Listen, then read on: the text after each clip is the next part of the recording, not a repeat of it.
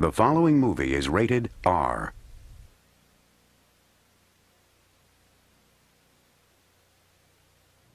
What's up, YouTube? As you can see that I'm looking rough as hell, but I need my hair to grow back because my new barber fucked up my head. But no, as you can see from the title, this is a very legit ass conversation. So, there's not gonna be no little funny, what? Bitch, I know you lying. It's not gonna be all that. It's gonna be straightforward right into the story. So I'm not gonna bullshit y'all. Y'all see the title. Y'all know what I'm finna talk about. People wanna know so motherfucking bad and love to open their mouth about something. Because at the end of the day, not everybody want attention like some of you bitches do. But I'm gonna try my best not to cuss in this video. I'm gonna switch it up. I'm gonna be calm. I'm gonna respect. Family, if you are watching this, warning, you're about to find out some things you do not know. But I think it's time. I think it's time for it to come out, because, it's not most of y'all fault. It's mostly my fault. But, when somebody need help, you should have helped. But anyways, so why did I do this? Let's start from the beginning. Back in 2014, when I ran away from Atlanta, and I came to a very special, very unique family member of mine, and I was not a perfect child, I was broken deep inside. I really was broken. I was lost. I was behind in school. I was 2 years behind in school, almost 3. Oh no, I'm not slow at all. That's another story for another day. I was almost 3 years behind in school. I was broken. I was abused. I was raped. It's like the process was hard. You can't yank a child out of a good situation in a bad one, then bad to good and good to bad. And it's a back and forth kind of thing, and you don't expect the child to be a little bit hurt. Well, honey, I wasn't hurt. I was destroyed inside. Didn't have nobody to talk to. Everybody that you talk to used it against you, so it was very hard for me. Now, it was like yesterday. I remember the date. I remember the year. I remember everything. It was the year of 2016. I'm sorry. It was year 2015. And I was 18 years old. And I was on probation for 18 months for theft. I was stealing. I should have known better. I should have known better, but everybody's not perfect. I was staying with one of my family members, and I was working at Walmart, and I was stealing from Walmart. I get it. Everybody steals from Walmart. How can you get caught? And da da da. Well, honey, I was working at Walmart, so shut the fuck up and listen to the story. So, in the process of working at Walmart, I stole money once. And when I stole this money, I finally got caught. I got caught stealing it. Of course, why would I get lied? I got caught. I said, yes, I did. You got the money, da, da, da. And I sat up in jail a whole week. I got out of jail a day before Thanksgiving. I got out of jail a day before Thanksgiving. And I still had a court date and everything. So I was living with one of my family members that was married, of course. And, before I even got in trouble with the laws, I was sending news out when I was in high school.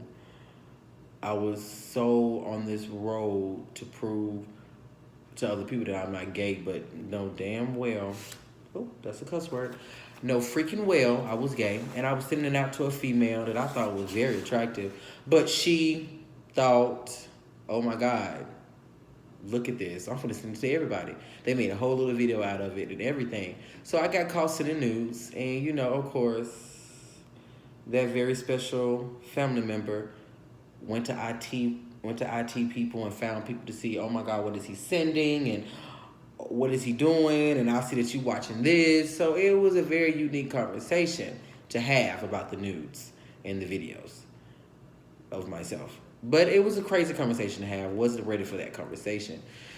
So in that process of sending news out, that was strike one. And of course they didn't let it go, but they remembered it. So, everything was calm for a while. Then I turn around and get into a fight at high school with another kid. Of course, with this child, he was gay. And the first thing the people I was staying with was like, you was sending him news, you wanted to have sex with him. He told you no, and you got mad. No, that wasn't the truth. But once your parents are mad about something and you trying to explain yourself, they don't give a crap. They're gonna go off on you. You're wrong. They don't care. Da la la. So that was strike two. Strike three was the theft from my job at Walmart. And in that process, before they even found out I got arrested. I went to work that day, and I got arrested that day at work. And they didn't know where I was. They waited and waited and waited and waited. I tried my best. I called friends, people that I thought that was gonna help me, was not there for me, and I needed to get out. I didn't have to pay anything to get out. I just had to show up for my court date. Whoever signed me out had to make sure I got to my court date, and I was gonna get there. But of course, friends wasn't there, that wasn't a ride or die like I thought. So they came and got me. But this is how they did it though. When they found out where I was, I'm gonna get to the story how I got into the business. This is part of the story, so that's why I'm going from detail one to now. So when they found out I was in jail, they came up there, signed me out, and that was it. I had to walk from the jail place to home. Baby, that walk wasn't no joke. Walk wasn't no joke. So, one of the family member got a new job position, and of course, the significant other did not want to deal with my gay ass. Oh, that's cuss word number 2. Want to deal with my gay self. So when I asked, can I have a place to stay, so I could stay, because I couldn't. When I got on probation, I could not leave the county I was in. If I would have left the county that I was in, I would have got in trouble. I would have went to prison between 2 and 5 years with a felony record, and I didn't want to have a record. So, of course, the significant other said no. Family member went to their job training, and I was ass out of luck. But of course, that family member told me to go back somewhere that I never wanted to go again in my life. I ran away from that situation, and I didn't make the new situation even better. But somebody that I ran away from went back. I had to go back. I went back to that place I ran from. And I was there for about, I'm going to say, 2.5 weeks max. Because the family member was like, I'm sorry, he don't want you here, so just go stay with your mother. Just go stay with your mother just for a week, and I'll come get you. I got to do my new job training. And of course, that family member I trusted, and I waited a week. A week turned into 2 weeks, and 2 weeks turned into 2.5 weeks. And me and my mother fell out. When we fell out, she threw me out. You're grown now. Get the F out of my house. Your family member's not here to defend you now. I'm here now. What you gonna do? So she got my stuff and threw me out. Again, keep in mind, I could not leave the county, yet alone the damn state of Texas to another state. I was getting locked up for good. So in that process, she called the police and said a lot of things to the police that was untrue. And when the police heard my recording, yes, I recorded her. When the police heard my recording, he told her to go home. Ma'am, he is grown. I was so scared for my life because I thought he was going to run my name, but he did not run my name. So thank God. So I stayed at a hotel. I got the hotel.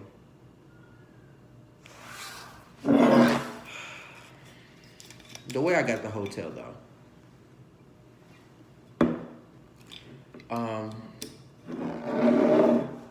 I had sex with an older man when I got this hotel. The older man paid for a few days for me to stay. just for me to have sex with this older man.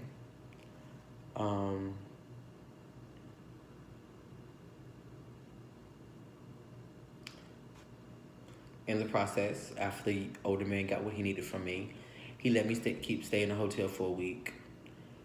But with that came with a price, and the price was sex. Something I did not want to do. And when I didn't want to give the old man sex, he threatened to call the police and tell the police that I stole his card and I got a room. So, of course, me being on probation, I had a choice. Give this man sex or go to jail, prison, with a record between 4 or 5 years. And I don't want to go to jail. So I did what I had to do. I did what I had to do.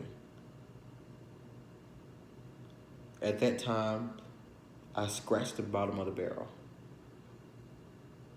I scratched the bottom of the barrel, and I felt worthless.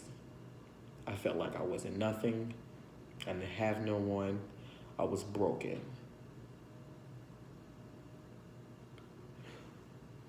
At that time, I did not want to listen to anyone. I didn't want nobody to give me no advice, because when I wanted help, I didn't have it. I didn't have the help that I wanted. And I blame myself to this day for not having that help, because I did fuck up. I did mess up for fighting and the stealing and the news I sent out as a child. I did burn some bridges. But at that time, when I was on probation and I saw the inside of a jail cell, I wanted to get myself together then, but people was already at a point that they couldn't handle it no more, so they didn't care.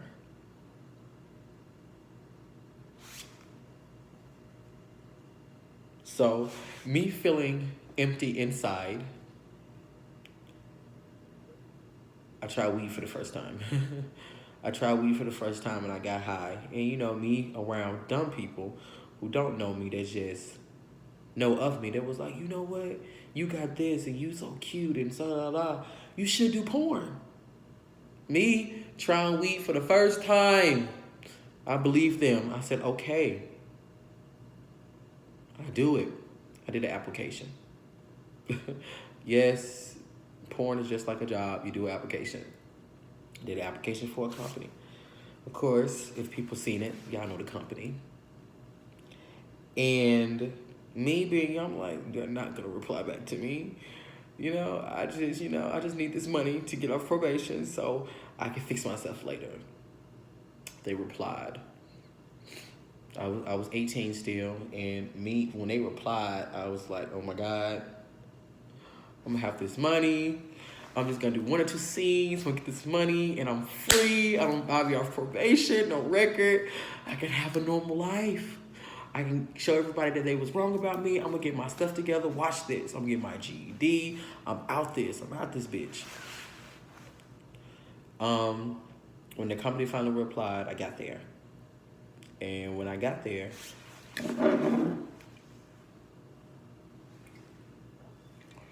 when I got to the company, it was in Chicago. So when I got to Chicago, one of the bosses of the company picked me up. Oh, you so cute. Oh my God, you got some nice lips. He just rubbed it on me, and he was like, can I get a kiss? So I gave him a kiss. And he was like, you can't kiss nobody else but me, da da da.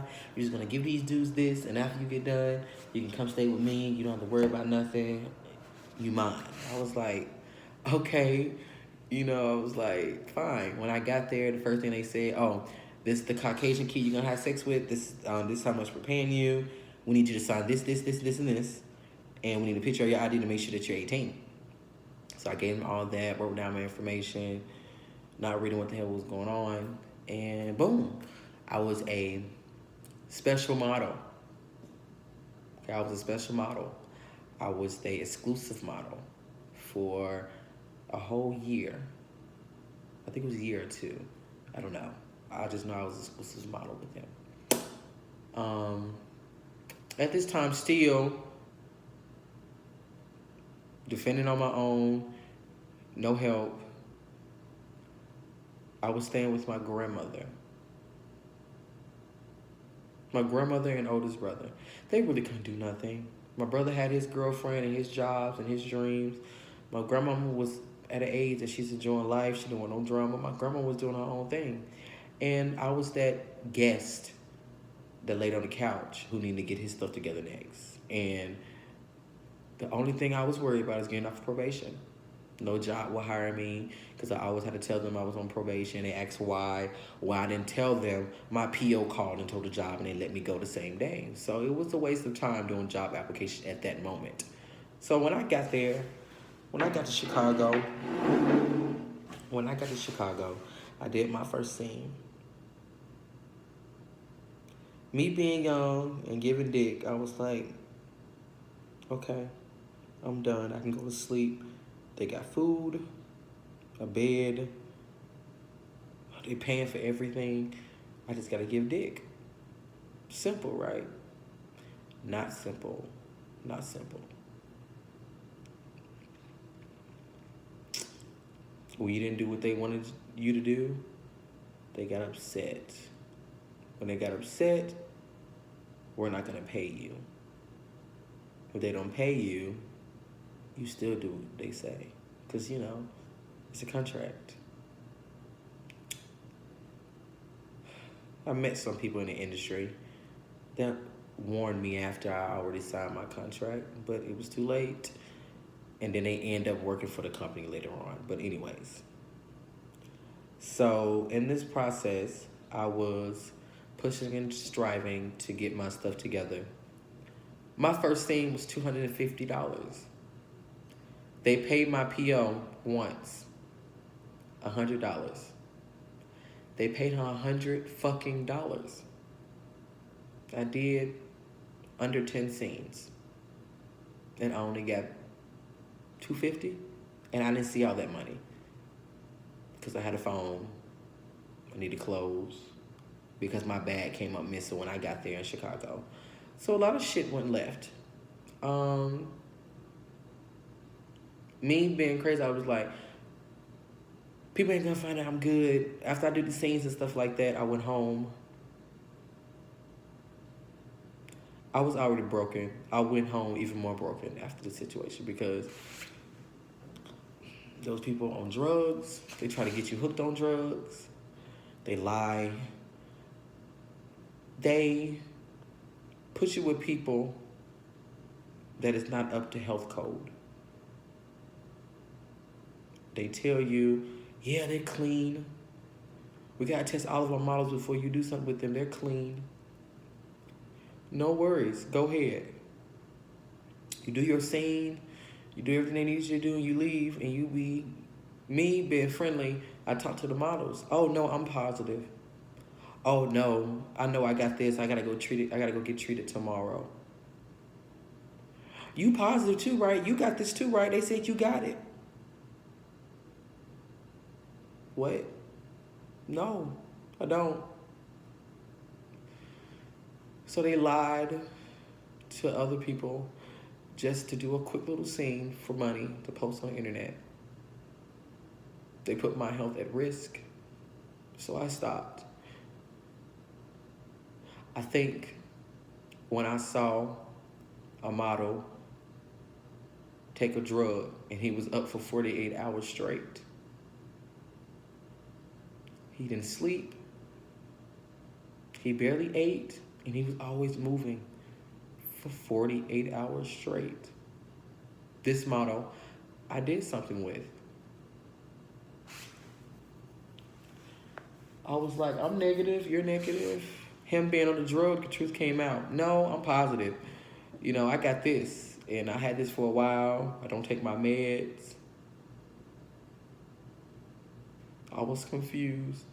I was scared. I didn't understand. I asked, and I said, hey, he said he's this. He's like, no, he's not. Then he go in his bag and pull out a piece of paper, and it shows me what he had. They lied. They lied to you to get what they want from you.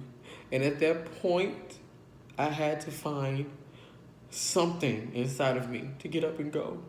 I had to fight, and I fought, and I got out. I felt so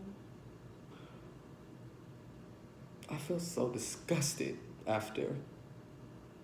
I went into a deep depression. I tried to commit suicide after the fact. I did it because I felt so disgusted with myself.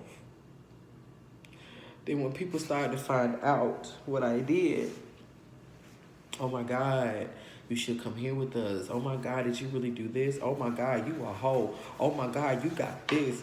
Oh, what the fuck? He can hit and I can't hit. And it was so much hell behind it. And it took me, still taking me to this day, to get over it. People still come up to me and ask me about it.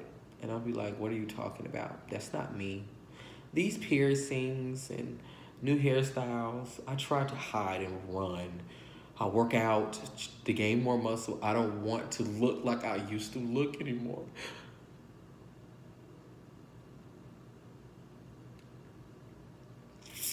I fight because I don't want to be back there. I lose people that I loved because of my past. Everything is sweet and easy, and then when they find out about my past, they don't want to fuck with me anymore. Why did I do porn? I needed the money. I didn't want to go to jail. I'm sorry. Let me be political correct. I didn't want to go to prison, and I did not want to have a record. Why didn't you ask for help? I did.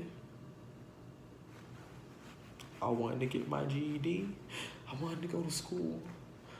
I wanted to do better.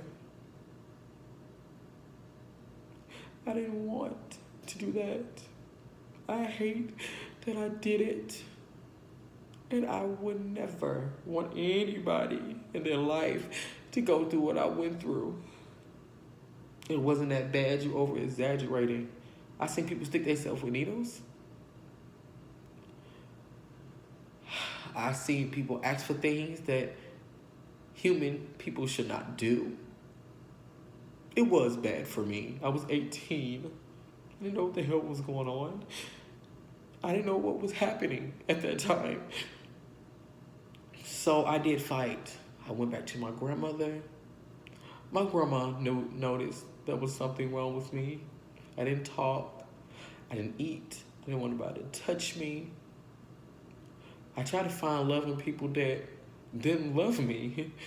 They only loved the idea of me. They only loved what I did. That's the only thing they loved. They didn't love me. Hell, I didn't love me. I didn't know who I was. I stopped doing porn because it wasn't for me. It wasn't me. There was no future in that. There was nothing to pass down to your brothers and sisters, or nothing to pass down to your kids. There was no retirement in that. It was just having sex on the road, hopping from hotel to hotel, giving dick to lying, infected people. So it wasn't the life people think it is.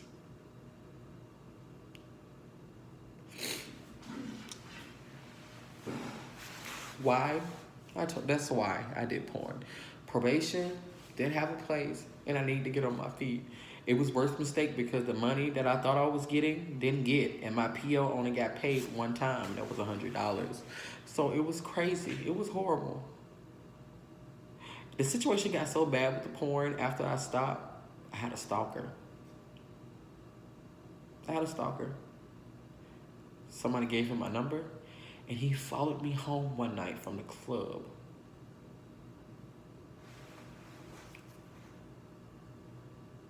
I didn't know what to do. I was so scared.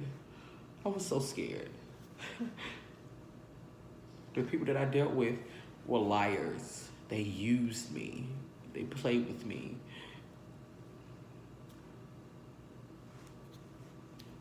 I was broken, you guys.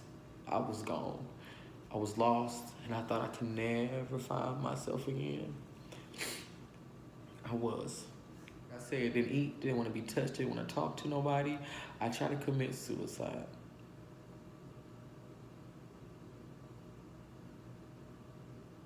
So that's why I did porn, and that's the reason why I don't do it anymore, because it takes something from you. You like sex that much and you want to make money for it, want to do porn, go. Do it. Do what you want to do. I don't think it's a life for anyone. You only see what's on screen. You don't see what's behind the screen. You don't see the shit that goes on behind the scenes. You don't know. You don't know what people go through in that kind of business, in that part of work. You don't know what they go through. So people think it was like, oh my God, you wanted attention, you a hoe, and da la la. And I couldn't say anything. What could I say? It's out there. You did it. I felt disgusted myself. I called myself stupid. I said I wasn't nothing. It was hard. But in every dark place, there's light. And after I left the company, and after a lot of people found out, a lot of doors stopped opening. Doors that led to better doors. I know it doesn't make sense, but listen, doors that opened that led to better doors. People started showing their true colors. And grandmother ended up moving. And when she moved, I moved. The move was great for me. I got my GED. I graduated. I'm in school. I'm in school now. The love of my life, we still in connections. That company, that era I left behind, and I try to hide from it. But of course, you always got that one little evil son of a bitch that brings it back up and wants to remind people who you were, not who you are. And I do beat myself up. I still got the paper from that day when I got on probation that led me to porn. I look at that amount and I look at myself now and I say, thank God. Because I could have had HIV. I could have had HIV. I could have got killed, could have got addicted to drugs, but I didn't. I didn't. And I'm so happy that I didn't.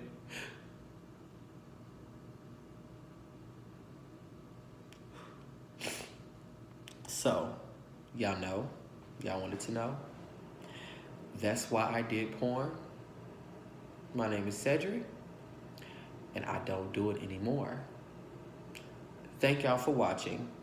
Subscribe, follow my social media, and I hope this video gave you a little insight of who I was. Again, subscribe to my channel, like, comment, share. I hope my story helped others, and thank y'all so much.